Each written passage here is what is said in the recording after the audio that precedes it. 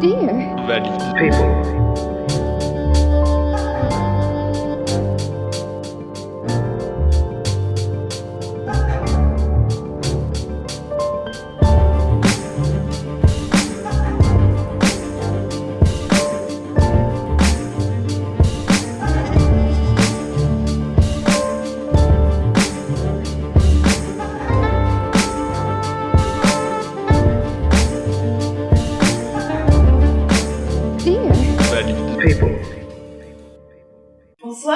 Bonsoir mesdames et messieurs, bonjour, bonsoir et bienvenue à la Gazette Café, bienvenue pour cette première de 2023 de Dear Valley People, bienvenue à tous, merci d'être là.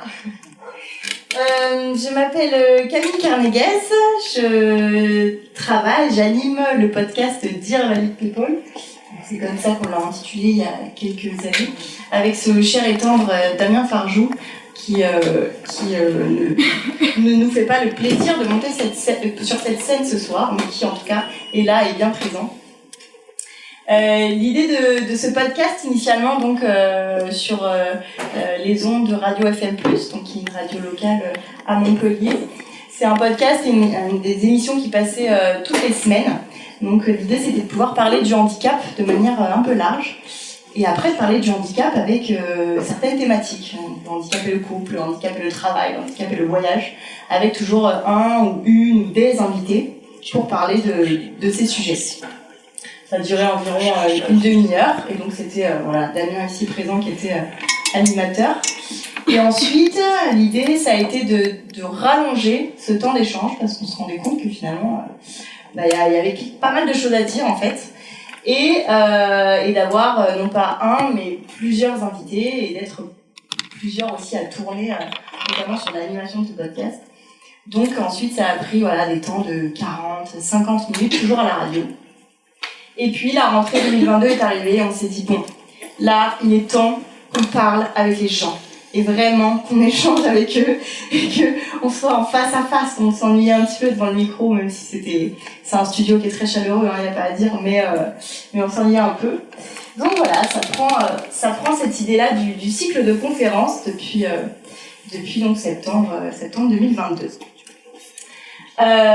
Parmi vous, qui connaît ou avait déjà entendu parler de ce podcast ? Ok, j'aurais plutôt dû faire à l'inverse, on va dire un petit tiers. Ce que je dois préciser aussi, c'est que c'est une conférence actuellement qui est enregistrée, donc, et qui va être retransmise ensuite en replay, en podcast, sur la radio. Non, au contraire, l'idée c'est de pouvoir échanger, mais vous allez pouvoir échanger avec un micro. Donc si on dit des bêtises, dites-le pas dans le micro. Merci. Et donc voilà, donc ça sera retransmis en replay ensuite. Donc je précise pour le podcast, donc un petit tiers à connaître seulement. Donc ceux qui ne connaissaient pas, encore une fois, bienvenue. L'idée maintenant, donc en 2023, c'est de pouvoir réaccueillir des invités que nous avons déjà accueillis, ou bien des nouveaux, pour parler aussi de différentes thématiques. Parce que le handicap, c'est quelque chose de très, très, très large et surtout très pluriel. Damien et moi, on se concentrait beaucoup sur le handicap moteur, on va dire de manière un peu logique et en termes de connaissances, c'est celle qui nous était le plus proche, mais évidemment, il y en existe plein d'autres. Et c'est ce pourquoi notre invitée de ce jour est présente. Donc, Brunel, bonsoir et merci à toi d'être là. Merci de m'avoir invitée. Dans ce canapé rouge qui te sied très bien au teint et à ta tenue. Donc, est-ce que tu peux te présenter dans un premier temps Moi, je suis Brunel Roger, du coup. J'ai 29 ans et ça fait 10 ans que je suis atteinte de sclérose en plaques. Ok, de sclérose en plaques. Est-ce que tu peux nous en dire un peu plus sur ce qu'est cette maladie ? Déjà, peut-être à titre informatif, qui a déjà entendu parler de cette maladie ? Ouais. Ok, yes, la plupart. Du coup, on va dire sur la sclérose en plaques, à part que c'est une maladie auto-immune, neurodégénérative, Je sais pas si ça parle à des gens ou pas, mais en gros, c'est mon système immunitaire qui vient attaquer ce qu'on appelle la gaine de myéline. C'est la gaine qui protège les nerfs dans mon cerveau et ma rétine. Ok. Comment est-ce que... Donc, toi, ça a été diagnostiqué il y a 10 ans. Ouais. Alors, petite pause avant que je continue ma question. C'est une conférence qui n'est pas vraiment une conférence, elle reste interactive, où vous avez pleinement le droit de demander le micro à ce gentil monsieur ici présent, Pierre, qui vous l'amènera avec grand plaisir. Voilà, l'idée c'est vraiment aussi de pouvoir interagir et que vous puissiez aussi poser des questions sur à Brunel ou de manière un peu plus large aussi, si vous souhaitez, mais en tout cas sur l'idée du handicap invisible de manière un peu large. Ah, eh bien, il y a une première question. Très bien. Bonsoir. Donc moi, je voudrais demander à Brunel comment elle a découvert cette maladie. Je me suis réveillée un matin avec des fourmillements dans les mains et ça s'est propagé à tout mon corps et au bout d'un mois, je les avais toujours. J'ai fait des IRM et au bout de 3 mois, j'ai refait une IRM de contrôle. J'avais de nouvelles lésions au cerveau et on m'a diagnostiqué très vite une sclérose en plaques. D'accord. Ça a été très rapide, en fait, très rapide. Pas étonné par rapport à l'âge, parce que c'est quand même très jeune, 19 ans. Assez jeune et en même temps ça reste plus ou moins dans la moyenne. À l'époque, quand on m'a diagnostiqué, on disait entre 20 et 40 ans, mais ça a tendance à changer parce qu'on diagnostique de plus en plus vite la maladie aussi. D'accord, merci. Comment est-ce que toi, concrètement, au quotidien, ça se manifeste ? Parce que j'imagine que du coup, donc, la sclérose en plaques, la CEP, c'est quelque chose de pluriel là aussi, qui a presque autant de cas de figure qu'il y a de personnes atteintes de cette maladie. Donc comment est-ce que chez toi ça se caractérise ? Chez moi, alors c'est comme la majorité des personnes, j'ai une fatigue chronique importante au quotidien. Après, j'ai des douleurs qui sont liées pour une partie à des anciennes poussées. Donc, des séquelles de poussée. J'ai fait une hémiplégie du côté droit et du coup j'ai souvent plus de douleurs à droite. Et dans mon quotidien c'est surtout ça. Après la maladie, en ce moment moi ça fait 9 ans qu'elle est gelée par le traitement. Et du coup j'ai pas fait de poussée depuis 9 ans. Ok, donc là par rapport à ce traitement c'est quelque chose où j'imagine il y a eu des phases de recherche sur le bon dosage, des choses comme ça. Il n'y a pas eu de phase de recherche sur le dosage, par contre sur le bon traitement à prendre, j'ai commencé avec des traitements dits de première intention, qui sont les premiers traitements qu'on donne en général quand on diagnostique la maladie, qui sont des traitements immunomodulateurs. Et en fait la maladie chez moi a évolué très vite, j'ai eu une CEP qu'on appelle rémitante récurrente agressive, et donc j'ai très vite bifurqué sur les traitements de seconde intention. Et à partir de ce traitement-là, il n'y a plus rien à bouger. Ok. Donc là, est-ce que tu dirais que ton état il se stabilise plus ou moins ? C'est le cas, oui, c'est stable sur les symptômes importants de la maladie. Après, la fatigue chronique, les douleurs chroniques, c'est quelque chose qui évolue un peu en permanence.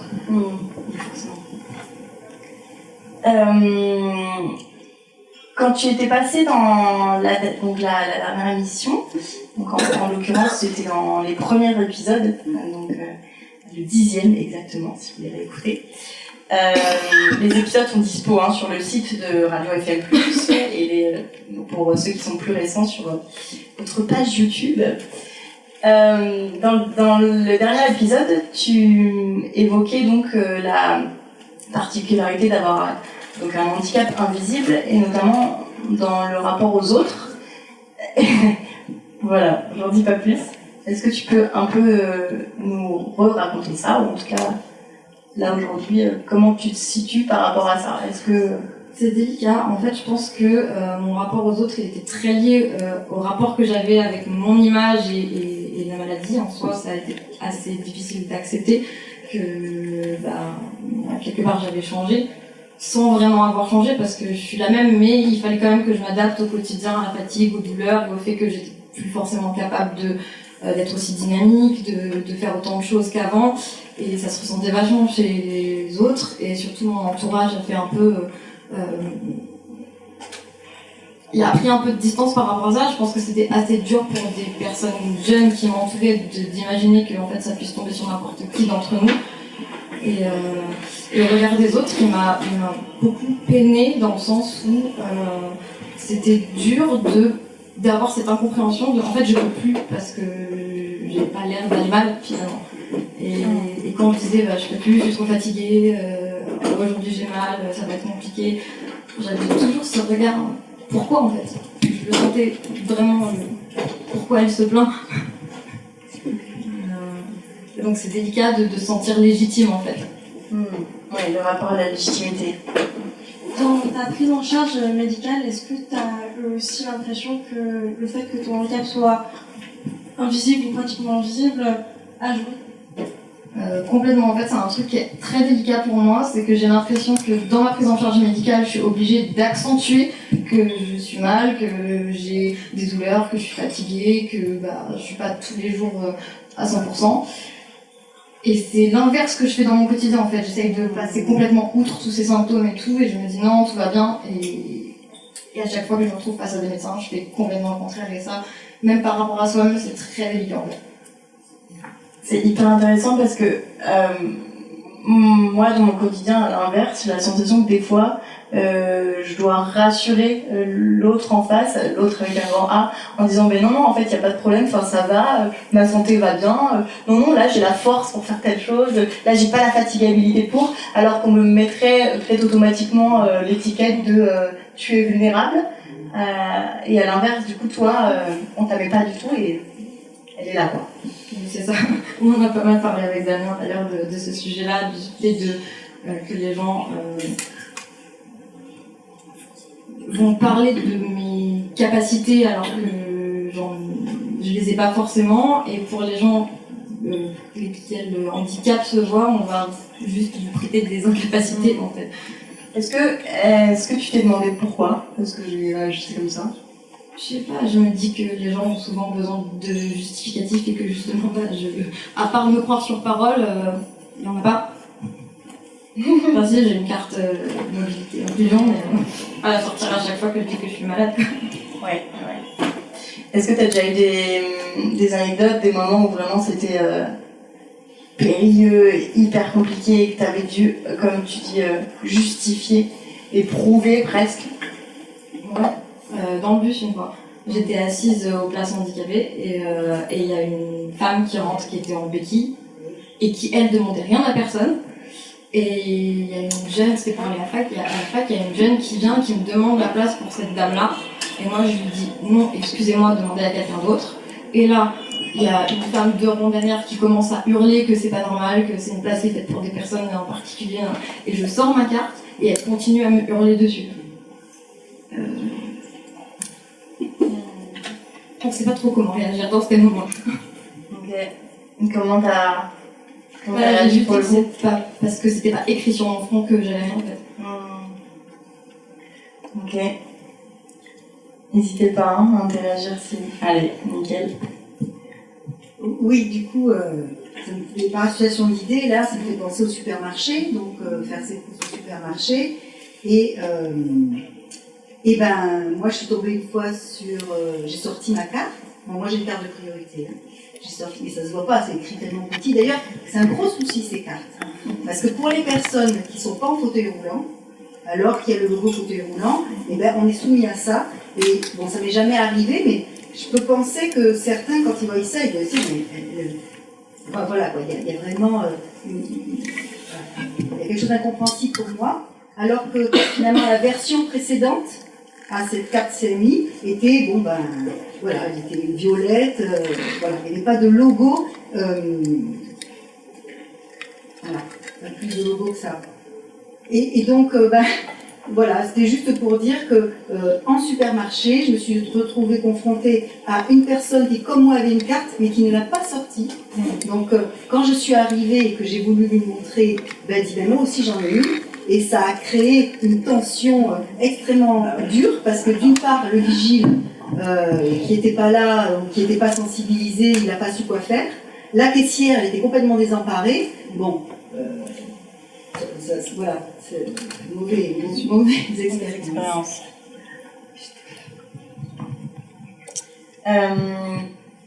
Oui, alors la sensibilisation, gros sujet aussi, ça, on a... Donc m'en parler, pas forcément trouver de solution. D'ailleurs c'est ça, hein, peut-être que si vous suivez un peu les cycles de conférences, si vous revenez ou même à la suite de celle-ci, des fois on repart peut-être avec plus de questions que de réponses aux questions. Mais voilà, c'est intéressant, ça pose des réflexions, ça amène des questionnements. En fait, là, ce rapport à la priorité dans des supermarchés, juste comme ça, c'est assez déroutant parce que finalement, enfin, je pense que vous serez d'accord, les quelques personnes en fauteuil avec moi, que finalement, la priorité quand on attend et qu'on fait des courses, elle est très, comment dire, elle est très approximative. C'est-à-dire que concrètement, nous, on est assis et en soi, enfin, c'est ok d'attendre, à part si, en effet, fatigue chronique et j'en passe. Mais alors que sur quelqu'un avec une station debout pénible, des gens avec voilà, des maladies chroniques, etc., ça devient beaucoup plus contraignant. Et du coup, là, arrive ce moment où il faut se justifier malgré tout, quoi. Arrive ce moment hyper délicat. Oui. Oui, moi je voulais rebondir à ce qui vient d'être dit. J'ai été vu un cas à marcher avec des cas. Et quand je passais à la caisse, on ne me laissait pas la primauté. Maintenant, avec le fauteuil, il n'y a plus de problème. Ouais. Et quel regard on a sur le handicap. Maintenant, a priori, mon sentiment est que le logo qui a été imposé est celui du fauteuil roulant. On n'est pas un fauteuil roulant, on n'est pas handicapé pour la plupart des gens. Et par rapport à ce que vous avez dit, moi je me suis interrogé sur comment vous abordez le fait que vous avez un handicapé visible. Est-ce que vous y allez fraîche ou est-ce que vous le masquez? Parce que j'ai connu ça dans mon univers professionnel, puisque j'avais une collègue de travail qui voulait surtout pas qu'on sache qu'elle était handicapée. Elle avait un handicap invisible. C'est très bien de jouer à ce jeu-là. Je suis le plus forte que tout le monde, je vais y arriver. J'ai donné dans ce registre-là, je suis rentré dans une image à vouloir être plus forte que tout le monde. Ça m'a pas fait, j'ai 64 ans, donc voilà. Parce qu'en fait, arrive un moment où on ne peut plus jouer, où la maladie, elle prend le dessus. Alors, toi, déjà, il faut faire la démarche de l'acceptation. Et en plus, il faut se coller le regard des autres. Parce que là, en n'ayant pas joué trancheux dès le départ, il y a le sentiment de peur, inéluctablement, et le vide se fait. Mais il y a aussi quelque chose qui est du rejet naturel. J'ai envie de dire que c'est naturel parce que ça fait peur et qu'on ne peut pas l'enlever. Moi, je crois que la démarche de sincérité est toujours la meilleure. Voilà. Ouais, là-dessus, je suis assez d'accord dans le sens où, dans ma vie privée comme dans ma vie pro, je préfère toujours dire que, même sans mettre le nom, parce que j'ai quand même aperçu plein de fois que le mot sclérose en plaques, souvent, ça fait un peu peur, et ça ne reflète pas forcément la réalité de ce que je vis, mais dire au moins, en tout cas dans mon professionnel, que j'ai une FUTH et que j'ai une fatigue évitée importante. Ils n'ont pas besoin de tout savoir, mais au moins que j'ai un traitement que je dois prendre à l'hôpital, que je vais avoir possiblement besoin d'aménager mes horaires, ça j'y tiens. J'y tiens et aujourd'hui je pense que c'est justement très important de me préparer aussi à la suite. Oui, David. Moi, du coup, j'ai aussi un handicap invisible, et des fois visible, des fois je suis en fauteuil, des fois je suis pas en fauteuil, et je vois cette différence de traitement quand je monte la carte et que je suis en fauteuil, quand je monte pas la carte, quand je monte la carte et que je suis pas en fauteuil, et je sais pas si j'ai dit la même chose, mais bref. Et en fait, les moments où j'ai le plus besoin qu'on me laisse passer, c'est quand je suis debout, et c'est là où on me laisse le moins passer, et c'est là où c'est plus difficile pour moi de demander à ce qu'on me laisse passer. Donc je partage ça, et moi je me pose beaucoup de questions aussi sur les handicaps invisibles qui sont pas reconnus, ou même les handicaps visibles qui sont reconnus d'ailleurs, parce que j'ai une maladie neuro, comme toi, Donc là-dessus, j'ai envie de dire que je suis un peu chanceuse par rapport aux médecins parce que c'est neuro. Et je trouve qu'au niveau de la DPH, c'est beaucoup plus pris en charge. Moi, j'ai 81%. Voilà, je suis chanceuse de ce niveau-là. Mais par exemple, avec mon autre maladie, qui est un SOPK, syndrome des ovaires polykystiques, un mélange entre l'endométriose et le diabète, pour faire court, et ben, il n'y a pas du tout de reconnaissance, j'ai pas du tout d'aide, mes traitements ne sont pas remboursés. Et je me dis, bon, au moins, il y a mon handicap neuro qui fait que je peux me reposer et je peux avoir les avantages qu'on a, nous, en handicapés, et les peu d'avantages qu'on a. Mais comment on fait une personne qui a un handicap invisible et qui n'est pas reconnue? Je ne sais pas si j'arrive à ça, mais ça, c'est scandaleux encore aujourd'hui qu'il y ait tellement de handicaps qui sont pas reconnus. Tu peux répéter, parce que là, il y a Il y a une entrée fracassante. Peut-être Camille, tu peux faire un résumé? Alors, un résumé de tout ou surtout de la question de la fin. Alors là, la réflexion elle se posait surtout sur comment font des personnes qui ont un handicap invisible, qui n'est pas forcément reconnu, ou en tout cas pas pris en charge à la mesure de ce qu'elle devrait être prise en charge. Comment concrètement elles font pour des adaptations aussi quotidiennes, des adaptations à l'emploi, etc. C'est une vraie question, clairement. Tu as des réponses, Prunelle? Absolument pas. Parce que voilà, je suis un peu dans le même cas, j'ai un handicap reconnu, une sclérose en plaques, et j'ai un syndrome de Raynaud et possiblement une fibromyalgie et tout ça. Enfin, en fait, à côté, dans tout ce qui est gérer la douleur au quotidien, alors là, on est dans un autre monde, je crois. Ok. La question c'était qui n'est pas reconnu par qui? Par la MDPH? Oui. Ah, qui n'est pas reconnu par la MDPH. Oui. Bonsoir, je souhaitais prendre la parole parce que moi j'ai un handicap non visible qui n'est pas vraiment, qui n'est pas aussi important que le vôtre, mais que du coup de ce fait il n'est pas forcément pris au sérieux et donc lorsque j'ai demandé dans mon travail une adaptation de mon poste, ça a été très mal vu parce qu'en fait donc du coup j'ai eu un accident d'escalade. J'ai fait une chute de 5 mètres de hauteur et je me retrouve avec une prothèse de la tête radiale, ce qui a fait que j'ai dû procéder à une reconversion puisque j'étais dans le soin. Auparavant, j'étais aide-soignante et du coup, du jour au lendemain, toute ma vie a été chamboulée et ça a été assez difficile parce que donc j'ai eu le statut de la RQTH, j'ai eu la reconnaissance. Déjà au début, je voulais pas faire les papiers, mais enfin voilà, que ça soit mon médecin. J'ai été vraiment accompagnée, même loi cadre, mon ancienne cadre m'a dit que tu fasses les démarches et tout, c'est nécessaire. Mais à partir du moment où j'ai eu cette reconnaissance, elle n'a pas été prise au sérieux par mes nouveaux employeurs. Je sais pas comment l'expliquer, mais du coup on m'a dit que c'était dans ma tête. Voilà, j'ai une de mes responsables qui m'a dit que c'était dans ma tête. Tu veux réagir, Damien, peut-être? C'est pas aussi important que vous après. Non, mais. Alors moi, je veux bien réagir à ça parce que oh là là, j'entends souvent et clairement, je vais peut-être être maladroite avec toi, mais dis pas ça en fait, parce que moi, ce que je vis au quotidien, c'est le truc le plus dur que j'ai vécu pour moi, mais je sais pas ce qu'il en est pour toi, donc plus important ou pas, c'est même pas la question comment toi tu le vis en fait. Ouais, clairement, il y a pas du tout de hiérarchie. Enfin là, ce qu'on s'emploie aussi à dire, à transmettre aussi avec Damien, je pense, à travers ce podcast, c'est vraiment ça aussi. C'est l'idée qu'il y a, en fait, il y a pas trop d'hiérarchie, quoi, dans les handicaps. Il y a pas, t'es pire que moi et, oh, regarde, si t'es pire, tiens, vaut mieux que t'aies ça plutôt que d'autres. Non, on est vraiment pas là-dedans et comme vous l'avez si bien dit, enfin, c'est pas le fauteuil ou des roues et le fait que c'est pas le plus visible qui va être le plus grave aussi, quoi, tu vois. Il y a pas du tout de normes là-dedans. Oui. Je voulais rebondir là-dessus, sur la hiérarchie. Alors, attendez. Tu veux? Allez-y. Ouais. Vous l'avez. Je peux pas parler. Non, oui, c'est à propos de dire qu'il n'y a pas de hiérarchie, malheureusement les gens en font.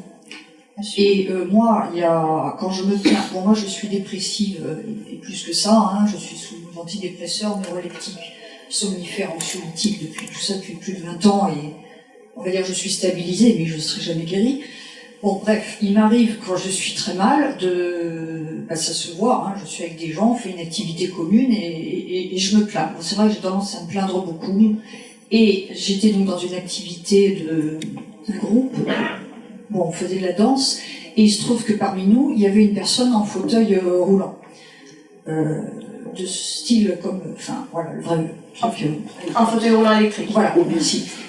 Et comme à un moment je me plaignais, je sais pas, d'être déprimée ou d'avoir envie de mourir, parce que parfois je lis des choses, mais ça fait peur, il y a une des personnes qui m'a dit, mais comment oses-tu dire ça devant Sarah qui est en fauteuil roulant, regarde là, t'as pas honte de te plaindre.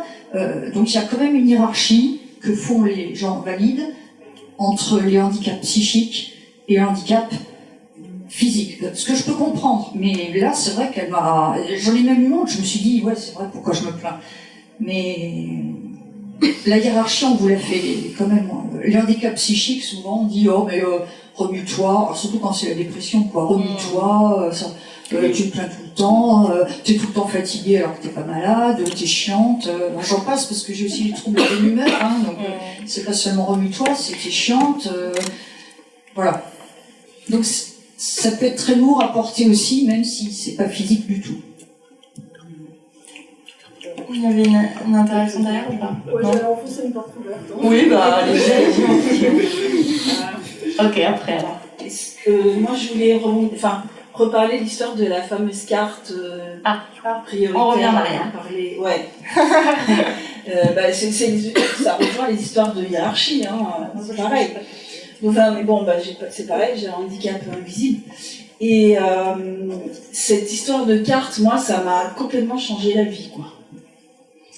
Parce que je savais jamais comment faire avant, pour me reposer, pour passer avant, les files d'attente.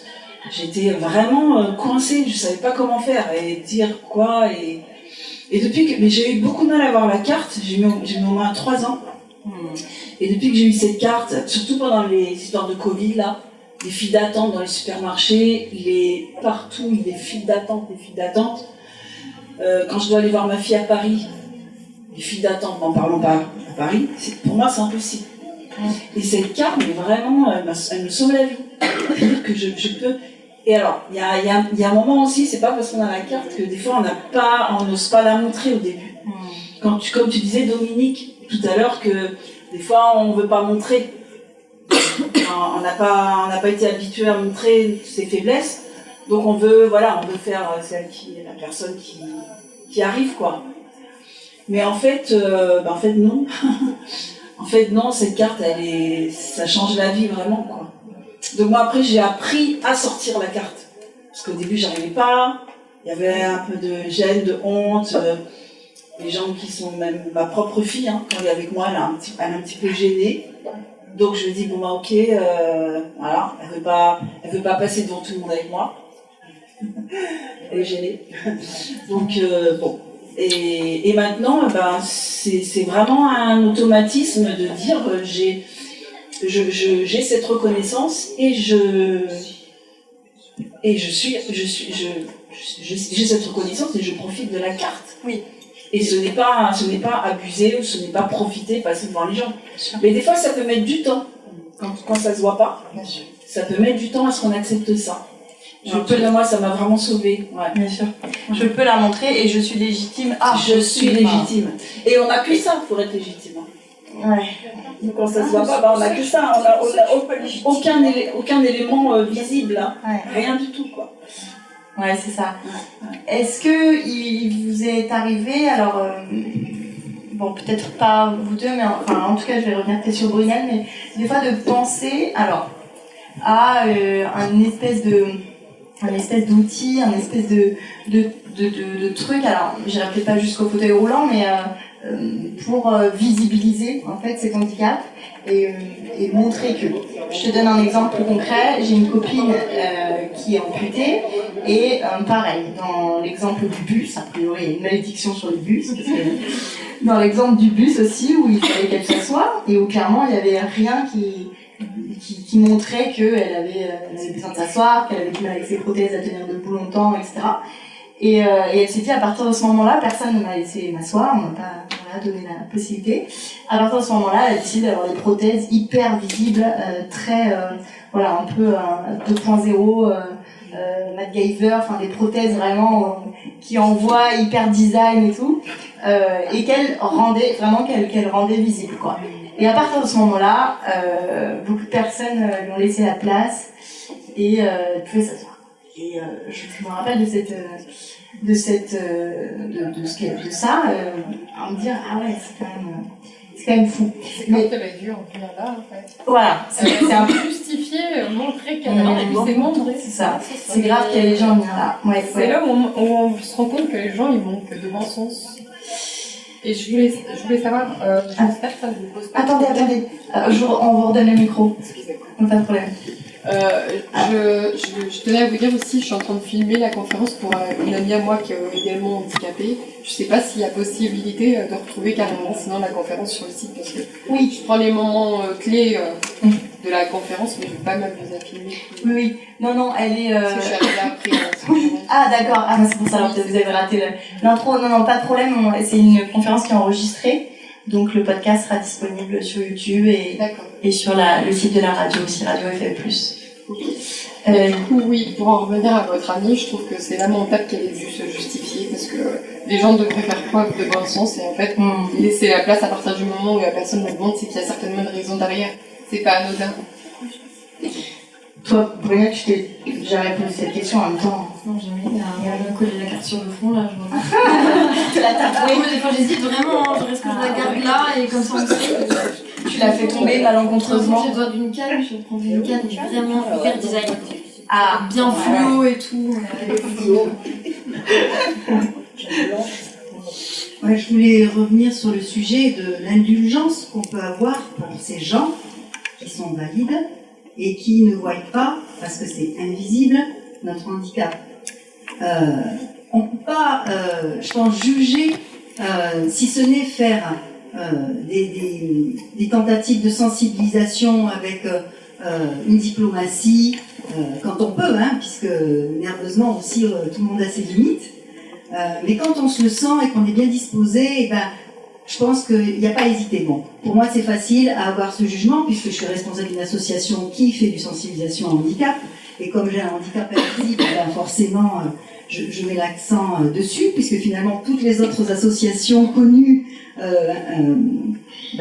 font de la sensibilisation au handicap moteur, déficient visuel, etc. Voilà. Donc c'était juste pour pas être trop, pour pas trop condamner ces gens qui nous entourent et comprendre que s'ils en sont là, enfin si la société en est là, c'est qu'on a une histoire, et notamment par exemple par rapport à l'handicap psychique. En Italie, ils sont beaucoup plus intégrateurs parce que tout simplement dans leur histoire, un psychiatre dans les années peut-être début du XXe siècle a fait date, et voilà, il y a des personnages comme ça. Voilà, donc en France, on n'a pas eu cette chance, et c'est vrai qu'on est assez lourd par rapport à l'Espagne, à l'Italie, sur l'inclusion en général. Oui, allez-y. Oui. Je me permets de rebondir sur cette notion de sensibilisation, et puis ça me permet de reboucler avec cette dualité fauteuil, pas fauteuil. Justement, la sensibilisation, elle peut très très vite être tournée sur le pathos. Et c'est ça le problème, et c'est pour ça qu'on considère autant, je pense, les personnes en fauteuil par rapport aux personnes qui ont un handicap invisible.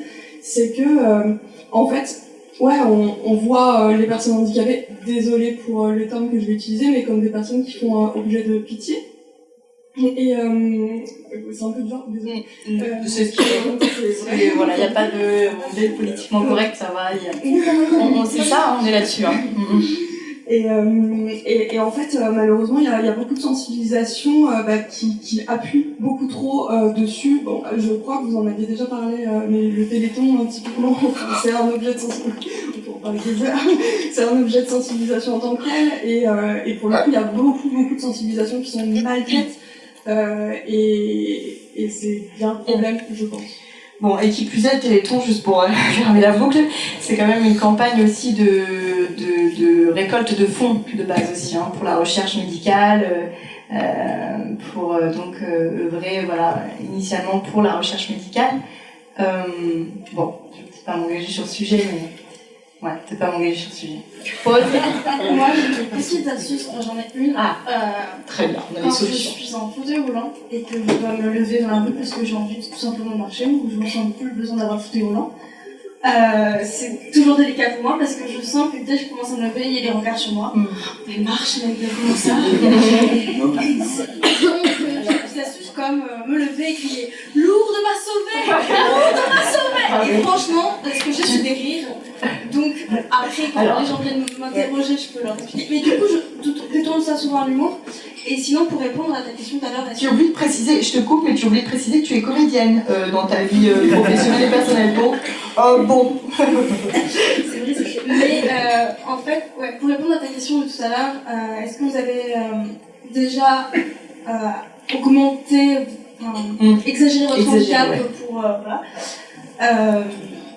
Moi, c'était un peu à mes dépens parce qu'une fois, ma mère s'était garée sur une place handicapée pour moi.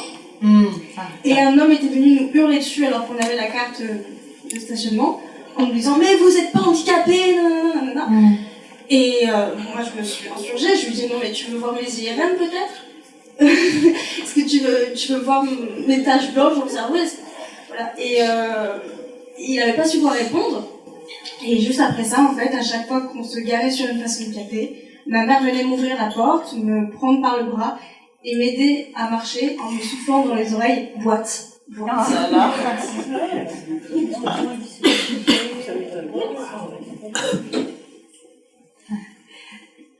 Moi, je voulais rebondir sur mon fait d'hybridation.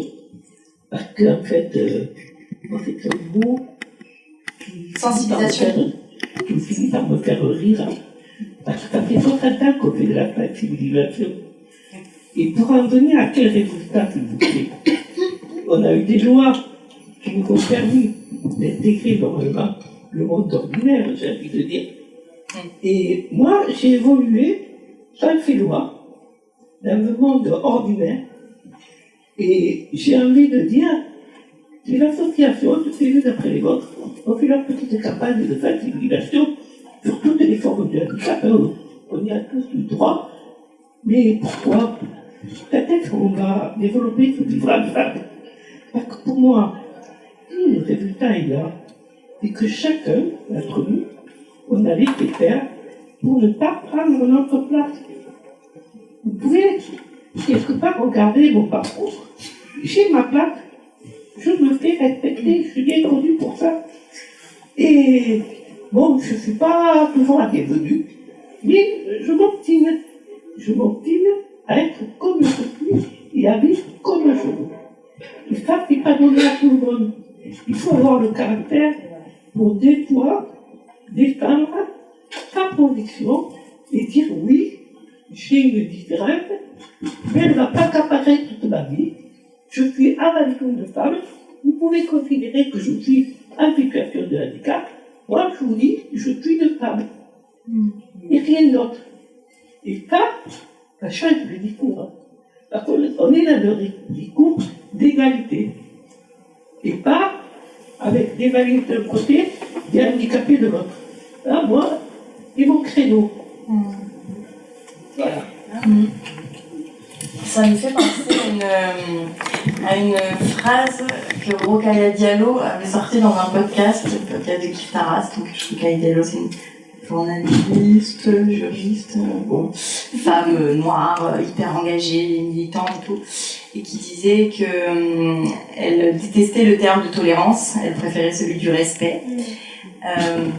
Et en fait, elle, de sa position, elle parlait surtout pour des minorités, en tout cas des personnes racisées, noires en l'occurrence, où elle disait, en fait, quand on parle de tolérance, c'est comme si on n'avait pas notre place, on n'a pas la place de toute façon dans cette société, donc on nous tolère, on tolère notre existence, entre gros guillemets. Et en fait, ça impliquait, enfin les termes de toute façon ont quand même beaucoup de l'impact, ont de l'importance dans les discours. Et l'idée de tolérance, c'est vrai quand on la questionne, on se dit ah ouais en fait. Alors que celle du respect, c'est ça, comme tu dis, on est sur quelque chose d'équitable, d'égal en fait. On parle d'égal à égal, plutôt que de sujet à sujet, quoi.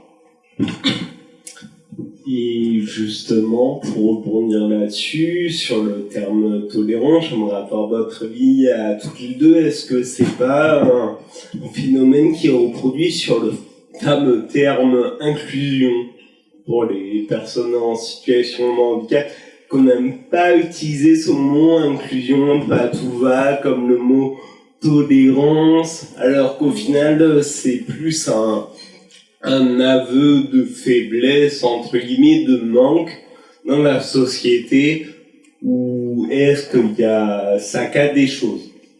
Qu'est-ce que t'en penses, Brunel? C'est compliqué comme question, Damien, dans la tête et dans là. Non, je pense que tant qu'on aura besoin d'utiliser ce mot-là, effectivement, il y a quelque chose qui va pas. Pourquoi on a besoin d'inclure les gens dans une société où finalement on est bien présent. Ouais, en fait, parfois j'ai quand même l'impression que c'est un peu le serpent qui se mord la queue, c'est-à-dire que si, en effet, le problème de la sensibilisation, c'est qu'il n'y a pas de suite, entre guillemets, c'est oui, on sensibilise des gens qui finalement, d'une certaine manière, sont plus ou moins déjà un petit peu sensibilisés, ou en tout cas ont une certaine ouverture d'esprit ou quoi, voilà.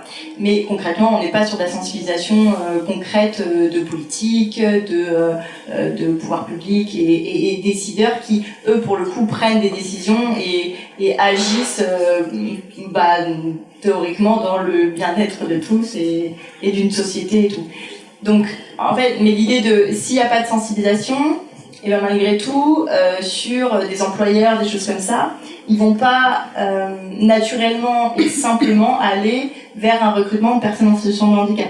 S'il n'y a pas des lois obligeant, alors s'il n'y a pas des lois obligeant, ou en tout cas sur un certain pourcentage d'avoir un certain pourcentage de personnes en situation de handicap recrutées, ben finalement, est-ce que des employeurs, est-ce que des pouvoirs publics feraient la place à ces personnes handicapées si aucune obligation il y a dans cette société actuelle avec l'état d'esprit qu'on a en France en l'occurrence?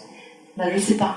Je me dis, est-ce que finalement cette obligation, ces lois créées qui ne sont absolument pas d'égal à égal, hein, on est d'accord, elles sont complètement elles se réfléchissent et tout, mais finalement concrètement par rapport à l'emploi, elles permettent d'employer, quoi. Comme tu le disais au début, fort, hein. Comme tu le disais au début, toi tu l'as mis en avant dès le début, alors peut-être tu peux nous expliquer brièvement, tu es ta situation professionnelle, c'est laquelle? Je suis en recherche d'emploi. Dans quel domaine? Je suis conseillère en insertion professionnelle. Ah, ok. Mais quand tu avais fait le podcast, tu étais dans le milieu artistique ou? Ouais, je faisais des études en art, j'ai bifurqué. J'ai écouté le podcast, j'ai préparé mon Ok. Et donc ça, concrètement, tu le mets en avant. En tout cas, tu le précises à un moment donné, j'imagine, lors de l'entretien ou dans de motifs ou de CV ou je sais pas quoi. Ouais, si à un moment donné, le fait d'avoir un handicap invisible, ça peut être un avantage quelque part, à une société. Et en fait, je peux remplir vos quotas, mais ça se verra pas. Je le fais. Ouais. Comment tu te situes par rapport à ça? Peut-être c'est... Je joue le même jeu qu'eux, en fait. Voilà, je me situe dans le sens où je vais être honnête, je vais pas non plus me prêter des critiques en mode je vais être hyper dynamique tout le temps et tout, je vais dire j'ai besoin d'avoir un temps aménagé. Moi, là, dans ma recherche d'emploi, je postule sur des 35 heures, mais je vais dire en fait, dans l'idéal, je cherche un temps partiel, parce que moi, 35 heures, je peux vous les tenir 3 mois, mais 1 an, ça va être compliqué.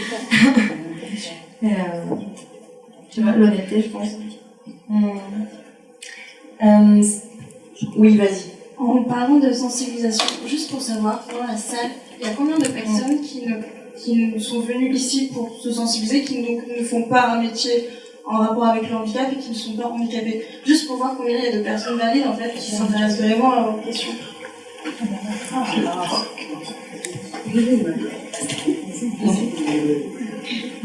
6 sur une trentaine, 35, sur le tout à l'heure. Ok, c'est une bonne question. Il y a une autre question pour la... Ah, une autre question ici d'abord. Non, c'était pas une question, c'était rebondir. Ah bah oui. C'est une question d'emploi. Quelque part, ça a été toujours mon cheval de bataille. Parce que je passe jusqu'au fils. on réussit sa vie en travaillant quand dans la mesure où on le peut.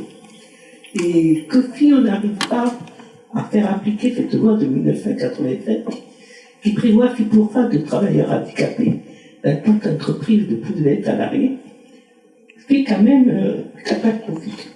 Parce que dans la réalité, on est encore, à ma connaissance, à 3,8% d'emploi. Alors qu'on devrait être à 6% depuis 1987. Chaque année, on nous fait un petit salon.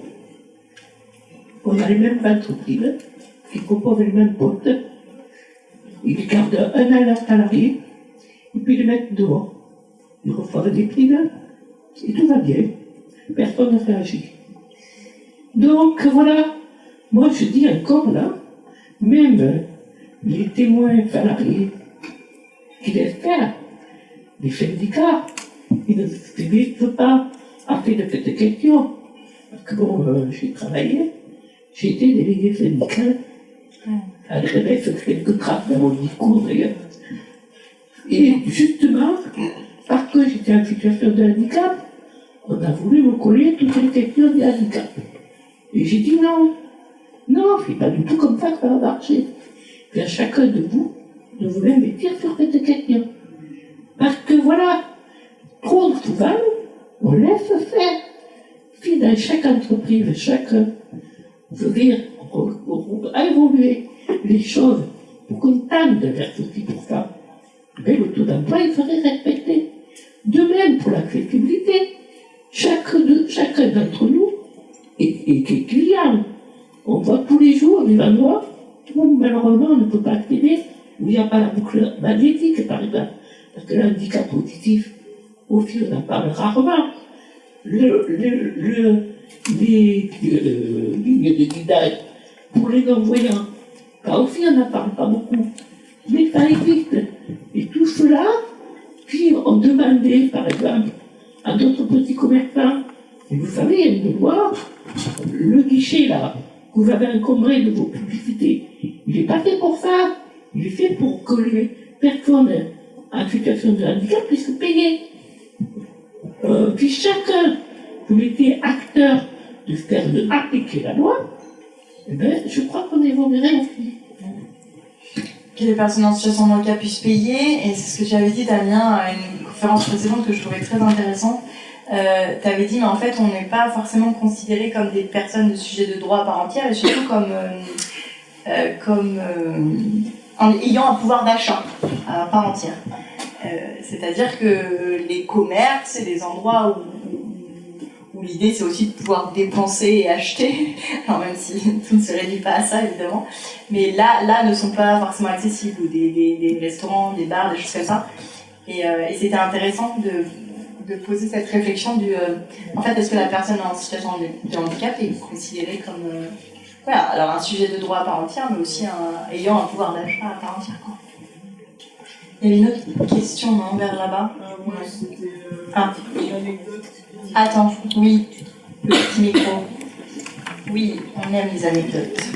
Je sais pas si tu peux débrancher. Oui. Voilà.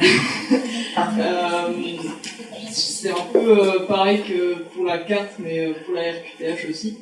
Reconnaissance de travailleurs handicapés. Ouais. Moi, j'ai travaillé en caisse, et au début, j'avais pas la reconnaissance. Et au moment où j'ai reconnu, j'étais reconnue travailleuse handicapée, et le regard a changé complètement en fait. Parce qu'au début, on m'engueulait parce que j'allais lentement, j'arrivais pas à compter la monnaie et tout ça. Et du moment où j'ai eu la reconnaissance handicapée, là c'était ok, désolé. Du coup, c'est pour dire que c'est pareil que des fois la carte, les gens ils comprennent pas. Alors, c'est intéressant parce que en fait, c'est comme si c'était l'un ou l'autre, quoi. Il n'y a jamais de grille dans l'histoire, c'est tout blanc ou tout noir, quoi. C'est soit on t'engueule parce que finalement t'arrives pas à être productive, hein, on va résumer très grossièrement, t'arrives pas à être rentable, finalement, c'est un peu ça, t'arrives pas à être rentable en 35 heures, alors qu'en plus il y a la notion de 35 heures, mais bon, bref, passons. Ou alors, et donc dès lors que l'étiquette t'est collée de personne handicapée, personne qui n'arrive pas à suivre un 35 heures, grosso modo, et bien là, on rentre rapidement dans le pathos, justement, dans la condescendance, ouais, exactement. Dans la condescendance. Et ouais, et ça questionne beaucoup parce que, en fait, voilà, quel est le juste milieu là-dedans ouais, comment on se situe comme ça, quoi. Est-ce que tu as eu à faire face à ce genre de discours? Pas du tout, mais moi ça me fait penser aux représentations du handicap en général, en fait. C'est juste, genre j'ai l'impression que soit c'est de la victimisation, et ah là là, la pauvre personne est en situation de handicap, comment elle doit gérer sa vie, ça doit être trop dur, la pauvre.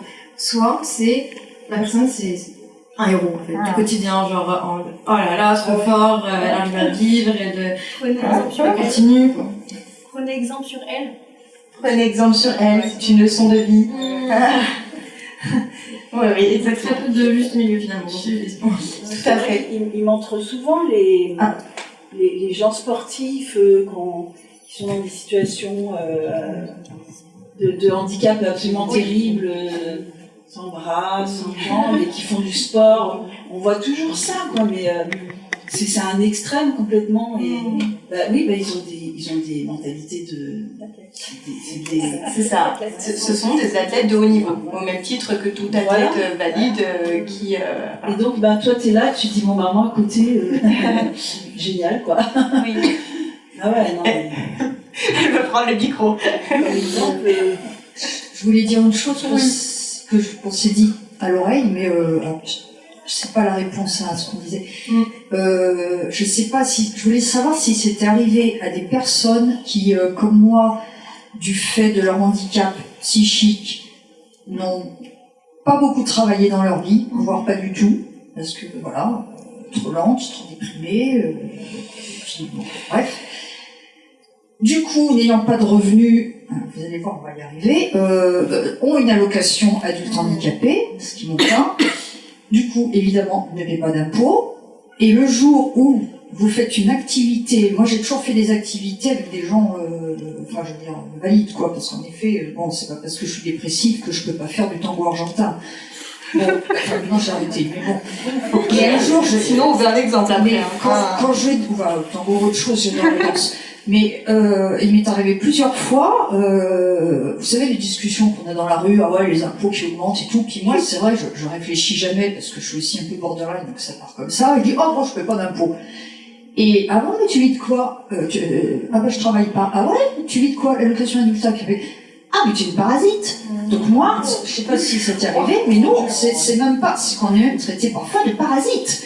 T'as la CAF? Un autre pareil qui me dit, comment ça, t'as la CAF, t'as pas d'enfants? Ben, je dis, mais c'est pas pour les femmes qui ont des enfants.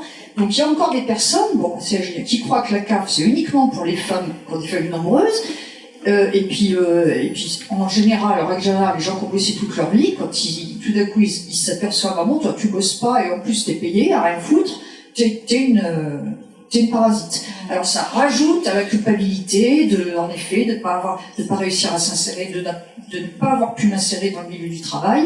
Ça rajoute, voilà. Je voulais savoir s'il y a d'autres personnes qui ont déjà été traitées de parasites. Les gens le disent pas tout le temps, mais comme ça échappe, moi je fais pas d'impôts. On sent très bien qu'ils le pensent, mais ils n'osent pas le dire. On le dit. Donc, sur des personnes... Sur les handicaps psychiques, quoi. Oui, alors je pense à ça, et je pense même aussi sur des maladies et qui ont une ALD, l'allocation de longue durée, et qui du coup ne peuvent... Voilà, c'est ça. Et qui du coup ne peuvent plus retravailler aussi à la suite de maladies... Ouais, non, j'ai carrément raté le coche. Oui, c'est intéressant parce que... Je veux savoir, je suis vraiment la seule à qui on a dit ça. Dis concrètement, tu peux pas d'impôts, tu es parasite? Non. Ah, c'est une question. Ah non, une intervention. En effet, je pense que ce sujet-là, les gens, on l'a pas tous vécu comme vous. Enfin, moi, personnellement, les gens, ils n'ont jamais dit, mais en même temps, s'ils osent, je leur pète la gueule. Donc... Donc ils osent pas trop, mais par contre je pense que c'est quelque chose qu'on a tous vécu, plus ou moins, cette culpabilité d'être ressenti comme un parasite de la société, tout à fait. D'avoir ce stéréotype de la hache, de l'allocation adulte handicapé, comme quelque chose qu'on va profiter toute notre vie. Sauf que l'allocation adulte handicapé, c'est 100 balles. Le seuil de pauvreté, il est à combien? Si on a un loyer à payer, c'est bon. Donc, je pense que les gens ont peur aussi. Alors, je rebondis à ce qu'on a dit tout à l'heure par rapport à la place dans la société, cette notion d'assertivité. Je pense qu'il y a une peur de prendre la place, que notre place soit prise, je pense, à un salarié valide, a peur que sa place soit prise par une personne handicapée parce que ça serait une personne moindre. Comme on aurait peur qu'un immigré vole notre place, mais en fait, on est tous là sur la même planète et on doit vivre tous ensemble. Les gens, je pense, ne réfléchissent pas toujours à une assez grande échelle et ils font des raccourcis par rapport à leur situation. Alors, complètement. Et puis la notion de travail, elle est quand même hyper restreinte, quoi. Alors après, il y aura une question là-bas. On est quand même sur quelque chose du es-tu rentable, oui ou non, quoi. Es-tu productif? Peux-tu tenir un 35 heures? Es-tu en capacité physique et mentale de... Et enfin, tu te dis, alors c'est sûr, hein, si tu te prends au sens strict du terme de qu'est-ce que le travail, et c'est quoi? C'est la souffrance? Non, je sais plus le mot latin là. Tripalium, torture. Torture. Oui. Alors c'est sûr, hein, si on reste dans ce sens strict du travail, c'est ça. En effet, on respecte bien la définition. Mais à un moment donné, est-ce que c'est pas autre chose aussi, quoi? Mais de toute façon, une société saine, c'est une société qui peut qui inclut en fait toute personne, dont des personnes qui ne sont pas tout le temps susceptibles de travailler. Et d'ailleurs, les personnes valides qui, du jour au lendemain, ont un accident, se retrouvent en situation de handicap, ou qui sont juste vieilles, ou voilà, après elles sont contentes qu'il y ait tout ça mis en place. Et en fait, je pense que les gens devraient être contents que de nombreux handicapés aient une accessibilité et une certaine accessibilité et une allocation, parce que ça veut dire que la société fonctionne à peu près, en fait. Et comme tu l'as dit tout à l'heure, il y a quand même un pouvoir d'achat. On n'est pas juste là, on n'est pas des parasites qui attendront l'allocation, nos allocations à la fin du mois. Brunel, tu viens. Oui, non, je veux juste rebondir sur ce sujet-là, au moment où j'avais pas d'activité et j'en cherchais pas vraiment, j'avais ce questionnement qui mais du coup, qu'est-ce que tu fais de ta vie? En fait, si j'avais pas de travail, si j'avais pas d'emploi, si j'avais pas de projet, j'avais pas de statut social, j'étais juste rien. Qu'est-ce que tu fais de ta vie? Qui es-tu? Tu ne peux pas te définir du coup. Tu n'es personne car tu n'es pas reconnu comme individu. Tu n'es pas reconnu comme individu. Exactement. C'est ça. En France, on est reconnu que par son travail. Par le travail. Ouais. Qu'est-ce que tu fais? Clairement, le statut social, ça détermine ta vie. Et pour les femmes, ça ajoute aussi qu'il faut tuer des enfants. Parce que moi, j'ai aussi eu le truc, mais toi, t'as pas eu d'enfant, donc t'es pas une femme. Moi, toute ma vie, t'as pas d'enfant, c'est pas une femme. Tu rends le cul. Ça, c'est ça. T'as pas d'enfant, t'es pas une femme. Tu travailles pas, tu es une parasite. Ah oui, ça c'est encore un autre sujet. Et en plus, t'es folle, voilà. J'avais une autre question là, une intervention. Je voulais juste rebondir pour dire que je comprends la violence de ces propos. De toute façon, je suis touché, moi aussi j'ai un handicap visible. Par contre, je vais faire l'avocat du diable. Parfait, il y en a toujours un dans la salle. Parce qu'il y a l'État qui m'a aidé à faire des formations avec ma RQTH, qui m'a permis d'accéder à un emploi depuis plusieurs années dans l'informatique. Après, je me dis que l'informatique c'est un domaine peut-être demandeur, mais ça m'a permis de travailler. Je ne veux pas dire qu'on est vraiment isolé parce qu'il y a beaucoup d'aide en France. Et la preuve pour un étranger handicapé comme moi, j'ai pu faire ma place et du coup je voulais préciser ça. Et de ne pas rester que dans la plainte, c'est parce qu'on a toujours des solutions pour s'en sortir. Oui, et puis dans le pessimiste et dans vraiment l'ombre de ce qu'est la France et l'emploi en France, bien sûr qu'il faut être conscient de ce dont on parle. Oui, allez-y.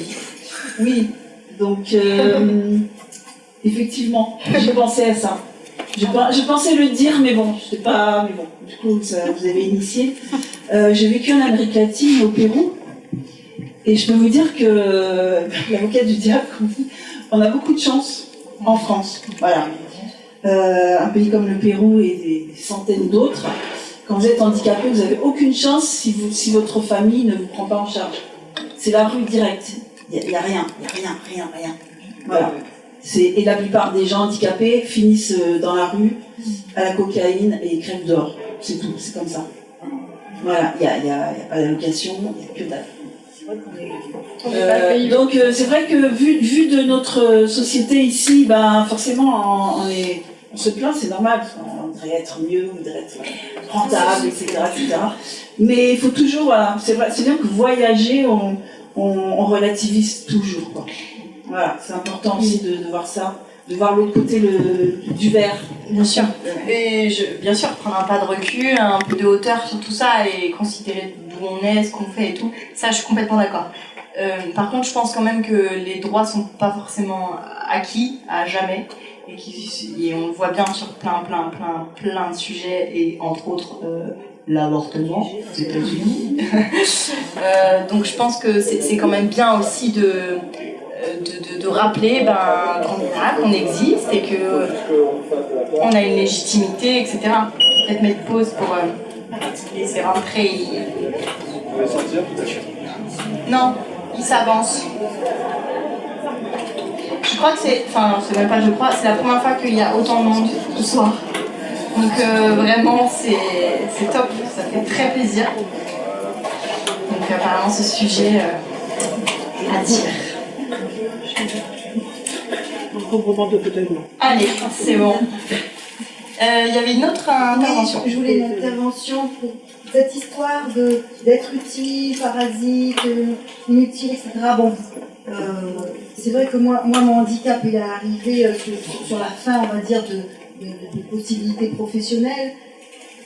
Donc, ça m'a pas trop pris la tête quand on est jeune. Voilà. Je veux dire que chacun son parcours et qu'on fait tous partie d'un maillon de la chaîne, qu'on peut tous potentiellement être pour, mais aussi contre le système qui nous est offert, puisque c'est vrai qu'on a de la chance ici, mais on voit bien que, quelle que soit sa condition physique, psychologique, sensorielle,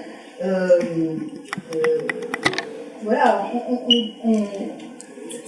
je souhaite à chacun, en fait, de trouver, par l'intermédiaire d'une tierce personne ou soi-même, la ressource psychologique pour trouver sa place et que finalement, le travail salarié ou créateur d'entreprise, c'est pas la panacée, c'est pas la voie royale, parce que c'est très lourd de créer une entreprise ou d'être salarié pour certains. Oui.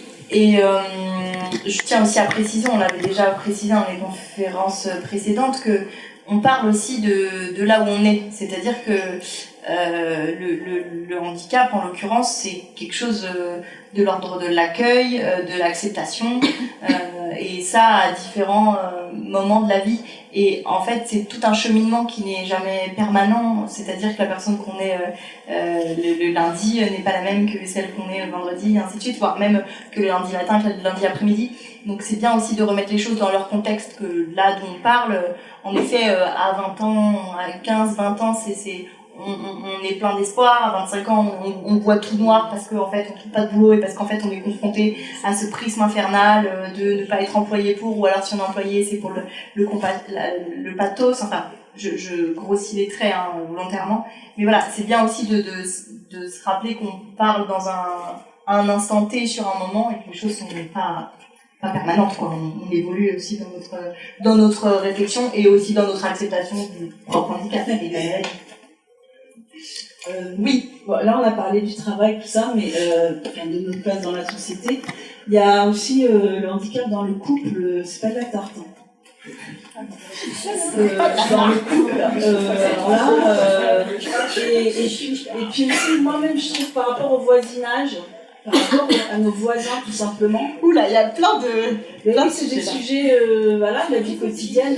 Moi, je sais pas pour les autres, mais moi, j'arrive pas à dire à mes voisins, parce que bon, quand on déménage, on les voisins, voilà, bonjour, je m'appelle un tel, je suis en situation de handicap. Moi, j'arrive pas. Par exemple, voilà. Donc, et les gens, du coup, vous mentez sur votre, parce que vous vivez. Non, par omission, enfin. Et en fait, alors que alors, elles font la conférence entre elles deux, hein, tout va bien. Excusez-moi, mesdames, vous voulez aller sur la... Je blague. Alors, en fait, alors, il va y avoir une réaction là-bas par rapport à ce que vous avez. Oui, en fait, pour moi, ça ne relève pas du tout d'un mensonge, même pas un mensonge par omission. Vous êtes tout à fait en droit de ne pas les évoquer auprès de vos voisins ou de vos proches. Vous le dites à qui vous le souhaitez. Oui, mais le truc, c'est qu'après, ils vous voient être ferme. Ils vont jamais vous donner un coup de main. Ils vont jamais vous aider à porter vos courses quand il n'y a pas d'ascenseur, etc. Alors, après, du coup, ça alors qu'on aurait besoin d'un coup de main. On aurait besoin d'un coup de main. Et en disant Vous pouvez demander la question. Alors, oui, sans évoquer votre handicap. Oh là là là là, ça sent l'embrouillon. Attendez, on parle pas de ça de la gueule. Attendez. S'il vous plaît, juste, c'est génial. J'aurais jamais cru penser faire ça, Damien, un jour à dire avec people, dire attendez, parlez moins fort, moins tous en même temps. Juste pour précision, il y a un micro à chaque fois et c'est bien que chaque personne parle assez distinctement parce qu'en fait, on enregistre aussi. C'est pour ça, vous voyez, c'est pour ça qu'il y a le micro. Oui, allez-y. Moi, c'est pas possible qu'il m'ait donné. Alors, donc, c'est improvisation complète, parce que je suis arrivée en retard. Alors, personnellement, j'ai commencé par une maladie grave qui se voyait pas. Après, qui se voyait. Et ben, depuis que ça se voit, je viens d'en faire. Ah, c'est tout le contraire de ce qu'on dit depuis le début. J'ai eu les deux solutions. Les gens, justement, qui me disent, vous avez de la chance, vous avez un handicap qui se voit. Oui. Je dis, j'ai commencé par des graves maladies qui se voient pas, et depuis que ça se voit, je m'en prends plein la tronche. Et puis, je trouve qu'on n'a pas à dire, la table n'a pas à dire, moi je suis ceci, moi je suis... Alors ça veut dire que tout le monde, même ceux qui se disent normaux, devraient dire, moi je suis blond, je suis homosexuel, je suis homosexuel, je suis née là, enfin ça... Alors, c'est intéressant. C'est une réflexion. On va essayer de retourner à notre invité, car je rappelle qu'il y a une invitée à ma droite qui a l'air de s'ennuyer. Qu'est-ce que tu en penses à ça, Brunel? Est-ce que, alors, tes voisins... de quoi? Parce que là, j'ai un peu perdu. Il y a beaucoup de choses. Sur le rapport à se définir par, entre guillemets, cet handicap ou pas, est-ce que tu arrives, toi, à vraiment saisir cette notion de donc je suis une femme handicapée ou en situation de handicap, et c'est quelque chose que tu arrives à potentiellement dire rapidement dans un échange, dans une conversation, dans une rencontre? Alors, une rencontre, pas forcément directement, parce qu'il y a des gens que ça ne regarde juste pas, en fait, on va pas forcément devenir amis, mais oui, après, j'en parle sans problème, donc si c'est des gens, je pense qu'on va se revoir, qu'on va créer une intimité, oui, j'ai pas de problème à en parler. Mais pas forcément de prime abord. Non, je vais pas dire bonjour, je m'appelle Brunel, j'ai une sclérose en plaques. Ok. Et si t'es dans un rapport à l'aide, c'est ce qui avait été questionné là. En fait, je pense que peu importe ma situation, si j'ai besoin d'aide à un moment donné, handicap ou pas, je suis capable de le demander. Oui, c'est ça. Et que ça. Tu me demandes à qui? T'as de la famille? Ah, là, ton moi, c'est mes voisins, la personne qui est là sur l'instant.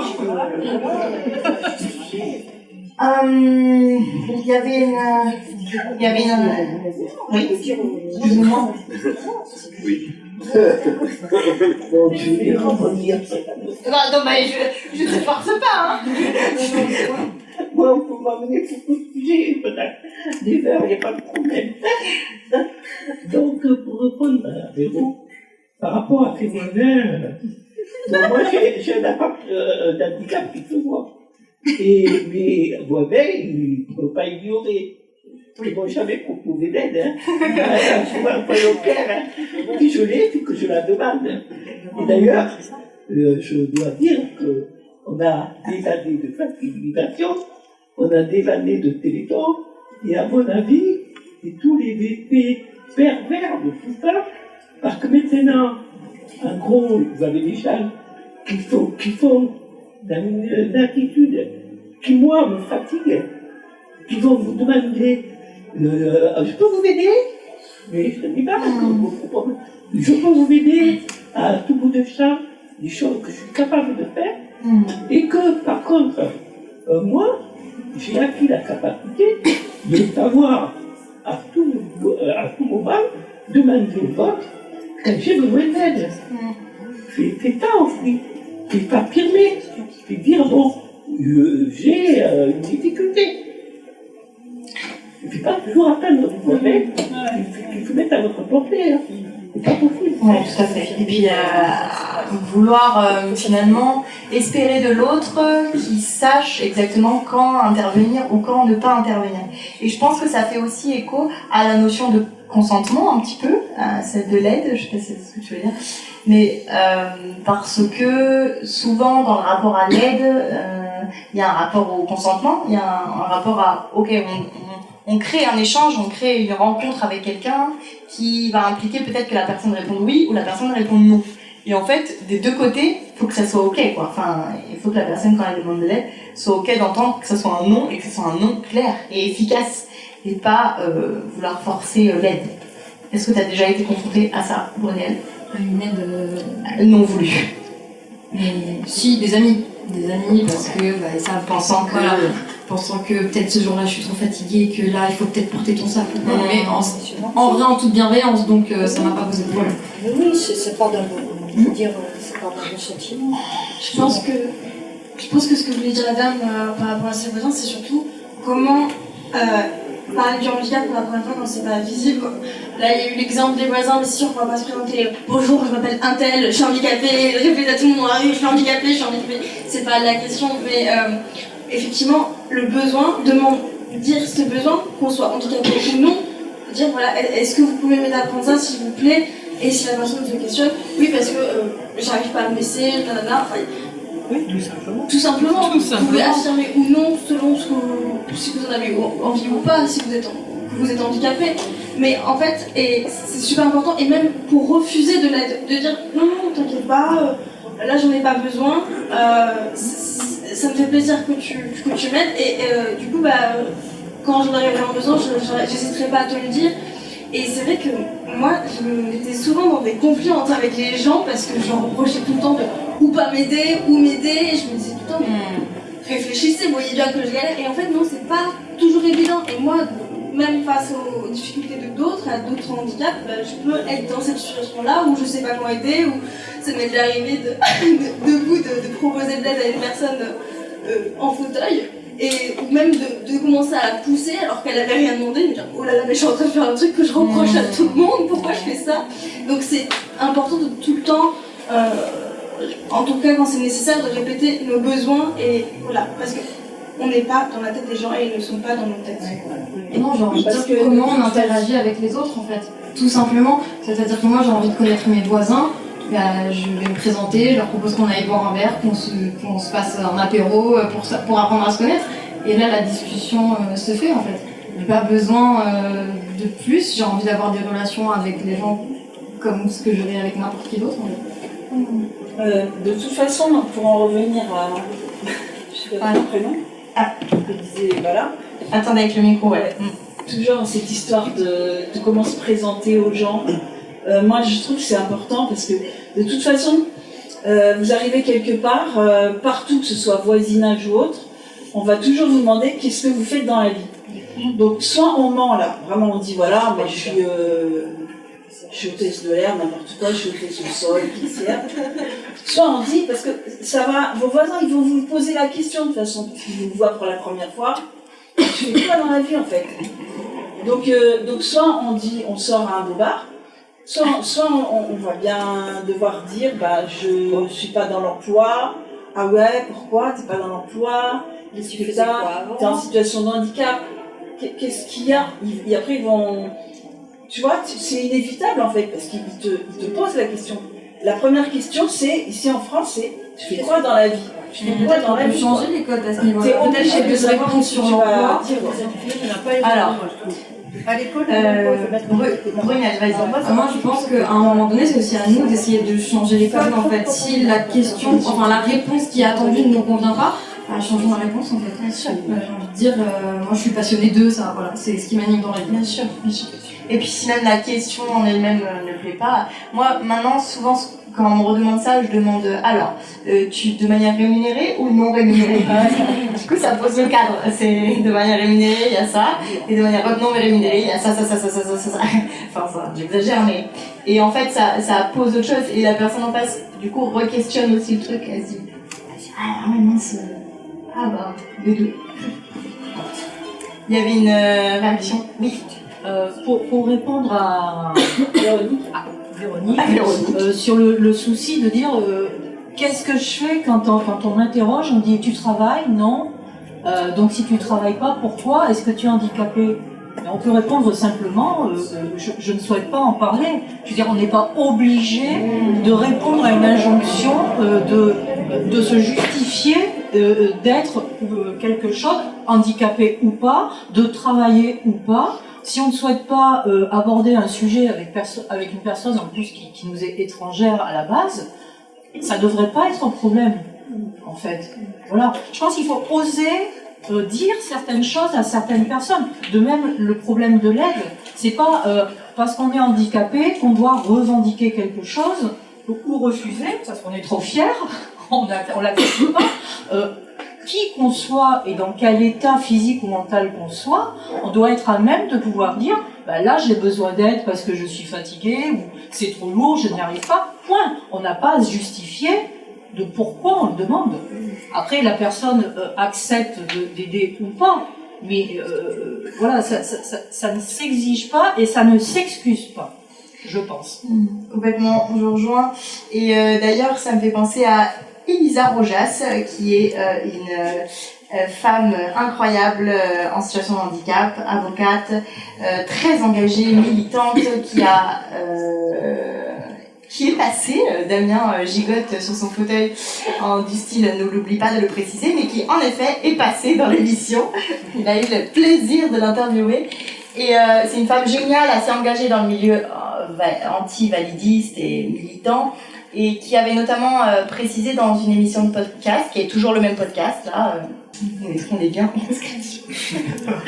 et qu'elle précisait qu'il fallait vraiment arrêter avec cette notion de travail. En fait, il faut reconsidérer le tout et arrêter de penser qu'une personne, qu'un individu est considéré en fonction du travail qu'il fait.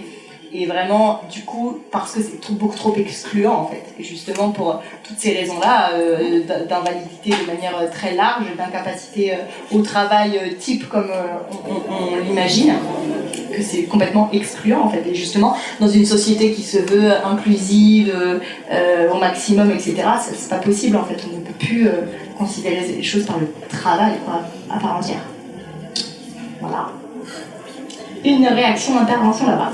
Oui, par rapport au visible et à l'invisible, je trouve intéressant de visibiliser des façons d'être humaines avec handicap dans une société dans laquelle c'est pas très visible parce que ça peut permettre à des personnes à handicap invisible de se rendre compte de leur propre handicap. Moi, ça a été mon cas cette année avec un diagnostic d'autisme qui est arrivé à 27 ans alors que voilà, c'est quelque chose qui est là depuis ma naissance. C'est qu'il y a beaucoup de personnes autistes dans mon profil et surtout beaucoup de femmes parce que ça se manifeste différemment pour les femmes.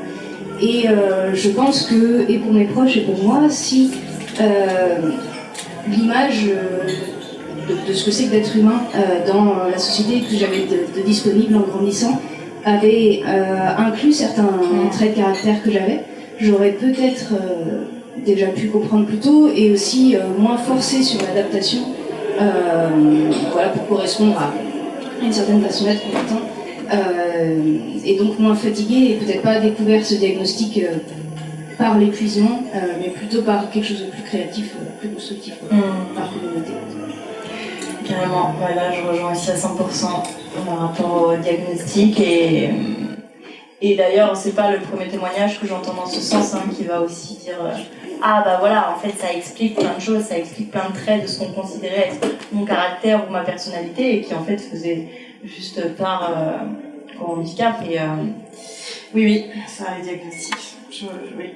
Et le rapport à l'art et aussi au sport, enfin le rapport aussi au dépassement de soi par d'autres dynamiques, en l'occurrence artistiques. Elle est hyper intéressante, enfin, elle est primordiale même. Cette conférence touche à sa fin. Oui.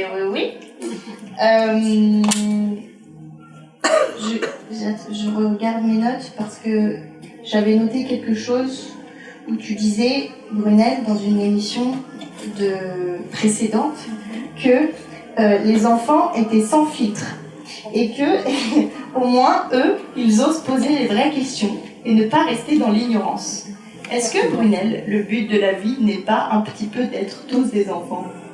Moi j'aimerais bien, c'est vrai que j'aimerais bien qu'on ose plus me poser des questions. Je suis hyper heureuse quand j'ai des gens qui arrivent qui me disent ouais, je voudrais pas paraître maladroit, mais en fait je me pose plein de questions sur ce que tu vis et tout. Est-ce que ça te dérange? Pas du tout. Posez-moi toutes les questions que vous voulez. Ouais, mais là encore, je pense qu'on en revient aussi à l'idée de l'accueil et du travail sur toi, je sais pas, mais en tout cas, travail sur l'acceptation du handicap qui est fait. Enfin, là, en l'occurrence, pour toi, Oui, pour moi, c'est ok. Parlons. Très bien. Je pense qu'aussi que ça vient du comportement qu'ont les gens. En effet, il y a des gens qui vont être très généreux, qui vont avoir envie de poser plein de questions et d'être curieux. Et je te rejoins totalement quand tu dis que tu es super à l'aise avec ça. Moi aussi, ça me fait toujours très plaisir. Quand je pense qu'il y a des gens qui vont s'auto-juger d'être curieux de ça, parce qu'aujourd'hui, je pense que la société ne met pas à l'aise avec ça et presque culpabiliserait les gens qui en seraient curieux. Et c'est pour ça que souvent, j'ai l'impression que les gens se limitent à cette fameuse question de « qu'est-ce qui t'est arrivé ?» Mais alors qu'en fait, derrière, il y a tellement plein de choses parce que le handicap a tellement d'impact sur toute la vie d'une personne. Et en fait, ça rejoint aussi ce que disait Arthur une fois, et ce que tu disais, c'est que c'est une manière d'entrer en contact avec les gens aussi. Suivant les gens, évidemment, s'ils sont sincères dans leur démarche. Je suis d'accord avec toi. Je pense à une autre question, je vraiment pas, je suis construite comme organisée, mais que je voulais absolument poser avant qu'on finisse. Est-ce que tu te sens assez représentée en tant que, enfin c'est une chose, mais en tant que personne ayant un handicap invisible? Et en l'occurrence, on avait pas mal parlé de représentation dans la pop culture, on va dire de manière un peu large, dans des émissions précédentes où on disait que voilà, on en revenait souvent à l'extrême d'un point de vue une personne handicapée, enfin une personne en fauteuil en tout cas, elle est souvent surreprésentée parce que ça va être un super héros et on est sur quelque chose de voilà, super héroïque et c'est dans le trop, ou à l'inverse le pathos, c'est le téléthon, etc. Est-ce que toi tu te réappropries par exemple cette représentation avec une personne en fauteuil, tu te dis ah ok yes, il y a le handicap et du coup je me sens associée à ça, ou alors tu t'en fiches complètement? Ouais, souvent je m'en fiche complètement, mais en vrai je me sens pas clairement représentée. Après j'ai une sclérose en plaques, c'est une maladie qui est quand même pas mal connue, et c'est vrai que j'ai beaucoup entendu parler de la sclérose en plaques par d'autres gens, par des gens qui étaient malades, des témoignages. Donc sur cette maladie, même là, j'avais pas l'impression d'être représentée parce qu'en fait, je pense qu'on est tous très différents avec les pathologies et qu'on a tous une façon d'interagir avec le monde et avec les autres qui nous est propre aussi. Donc, et je cherche pas en fait à me sentir représentée par d'autres, je crois. Ok, ça me va. T'as une dernière chose à dire avant cette fin? Eh ben, merci à tous, c'était très intéressant d'échanger avec vous. Vous étiez bavards. Oui, clairement. Merci infiniment Brunel et merci à vous toutes et tous pour cette venue en début d'année. Nous nous retrouverons le jeudi 9 février à 18h et ça sera le cas ensuite tous les premiers quasi jeudis du mois jusqu'en... Ici même, au Petit Théâtre de la Gazette Café. Les épisodes sont enregistrés et seront disponibles sur YouTube à cet intitulé-là, Dear Valley People. Et sinon sur le site de la radio, donc c'est Radio FM+, pareil, en cherchant ce podcast-là. Voilà, et vous pouvez nous suivre sur les réseaux sociaux, nous faire vos commentaires, interagir avec nous, nous proposer des sujets également de conférences, même si bon, c'est pas c'est pas ça qui manque, voilà. Mais si vous avez des envies particulières, voilà. Merci beaucoup, bonne soirée. Merci à vous.